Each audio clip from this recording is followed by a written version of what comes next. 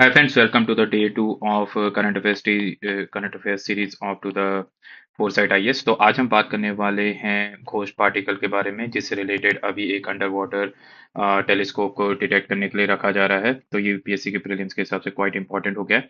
तो आपको ये याद रखना है, सबसे बड़ी बात है कि साइंटिफिक डेवलप एक under water neutrino telescope develop कर रहे हैं, जिसको फुल फॉर्म में बोला जाता है क्यूबिक किलोमीटर न्यूट्रिनो टेलीस्कोप, और जिसे शॉर्ट फॉर्म में बोलता है KM3NET। तो ये वर्ड आपसे पूछा जा सकता है, ये याद रखने के लिए यूपीएससी पीटी के लिए, कि आपसे सीधे कि रिसेंटली इन न्यूज KM3NET इसका क्या मतलब है, ये किससे कोरिलेटेड है। तो ये पीटी से रिलेटेड इंपॉर्टेंट हो जाता है।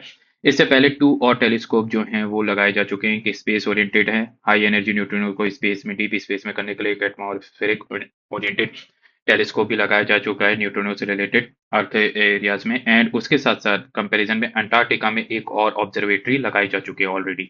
Just for to the information कि ये ऐसा नहीं है कि फर्स्ट इनिशिएटिव है, इससे पहले भी लगाए जा चुके हैं। तो अब इंपॉर्टेंट हो जाता है व्हाट इज द न्यूट्रिनो। तो इसकी डेफिनेशन है, फंडामेंटली ये highly charge comparatively less charge सब एटॉमिक पार्टिकल्स रहते हैं, similar to the electron, electron के जैसे रहते हैं, लेकिन कंपेरेटिवली लेस चार्ज रहते हैं, यानी कि नेगेटिव चार्ज रहते हैं। ओके, पॉजिटिव नहीं, नेगेटिव चार्ज रहते हैं। एबेंडेंस अमाउंट में रहते हैं। सेकेंड एबेंडेंट सब एटॉमिक पार्टिकल्स रहते हैं। पहला एबेंडेंट अमाउंट में जो मिलता है, बहुत ही बहुतायत मात्रा में जो एबेंडेंट अमाउंट में मिलता है, वो रहता है फोटॉन्स।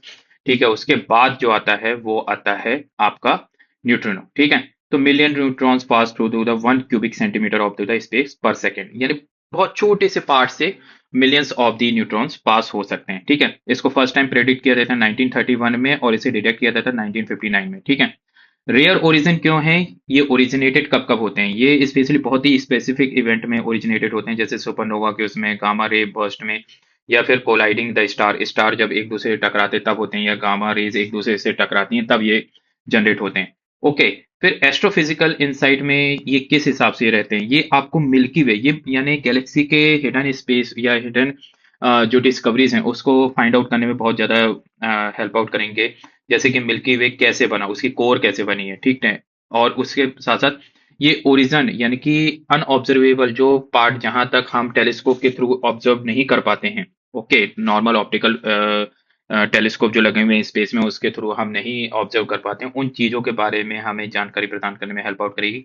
उसके बाद ये जो है डार्क मैटर और कॉस्मिक रेस का जो है, ये आपको अनकवर करेंगे कि कॉस्मिक रेस का प्रोडक्शन कैसे रहता है। ओके, ये पीटी के हिसाब से ये सारी चीजें इंपॉर्टेंट है कि कॉस्मिक रेस का प्रोडक्शन कैसे होता है, फिर डार्क मैटर जो है उसका इनसाइड क्या, पोटेंशियल इनसाइड क्या, इसके बारे में हमें बताने में हेल्प आउट करेंगे।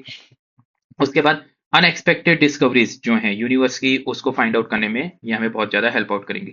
उसके बाद अंडर वाटर में ही क्यों इसको बनाया जा रहा है, अंडर वाटर में क्योंकि ये रहता है कि अभी तक भी हमने बहुत सारी चीजें की हुई हैं, तो लेकिन ये क्योंकि इंटरेक्ट नहीं करते मैटर के साथ साथ, और अभी तक हम इतना सारा सर्च करने के बाद भी बहुत ज्यादा न्यूट्रिनो का ऑब्जर्वेशन या फाइंड आउट नहीं कर पाए, तो अंडर वाटर में ये देख रहे हैं कि मे बी हम वहां पे डीप सी में रिसर्च करके उस चीज के बारे में, न्यूट्रिनो के बारे में और ज्यादा जानकारी प्राप्त कर सकें। ओके, तो यहाँ पे ये याद रखने वाली बात है कि ये इंटरेक्ट रियरली, यानी ऐसा नहीं है कि बिल्कुल नहीं करते, लेकिन रेयरली ये मैटर के साथ इंटरेक्ट करते हैं। That's the important thing.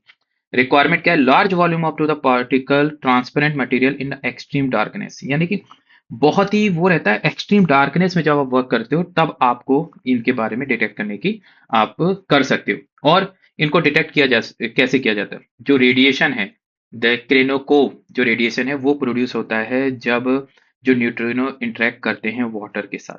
तो ये प्रीलिम्स के हिसाब से कंपेरेटिवली इंपॉर्टेंट हो जाता है कि किस तरीके का रेडिएशन यानी जनरेट होता है जब जो न्यूट्रिनो है वो वाटर के साथ इंटरेक्ट करता है, तो क्रेनिकोव रहता है। ओके, और जब हम एक फ्लैश जो होता है उसके थ्रू हम न्यूट्रिनो की एनर्जी, उसका सोर्स और ट्रेजेक्टरी को भी फाइंड आउट कर सकते हैं, क्योंकि जब भी रेडिएशन होगा तो एक flash kind of the generate होता है, और उसके थ्रू हम इन तीन चीजों के बारे में पता निकाल सकते हैं।